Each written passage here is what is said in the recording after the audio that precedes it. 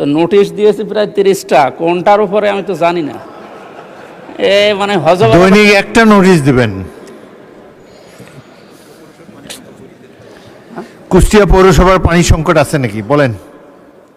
মাননীয় স্পিকার, বাংলাদেশের অন্যতম জেলা কুষ্টিয়ার পৌরসভার পানি নিষ্কাশন যে ব্যবস্থাটা এখন দিন দিন অকেজ হয়ে পড়ার কারণে আমাদের জনদুর্ভোগ চরমে পৌঁছিয়েছে।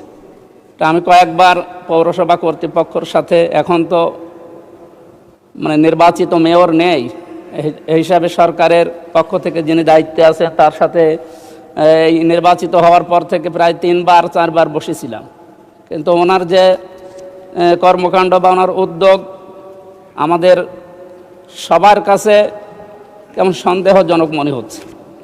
কারণ কাজকর্মের কোনো গতি আমরা এখনও বৃদ্ধি করতে পারছি না। আমরা নির্বাচিত সদস্য হওয়ার পরেও তার কাছে যে সমস্ত বিষয়গুলো পাওয়ার কথা এগুলো না পাওয়ার কারণে জনমনে একটা আমাদের প্রতি ভিন্ন একটা ধারণা তৈরি হচ্ছে।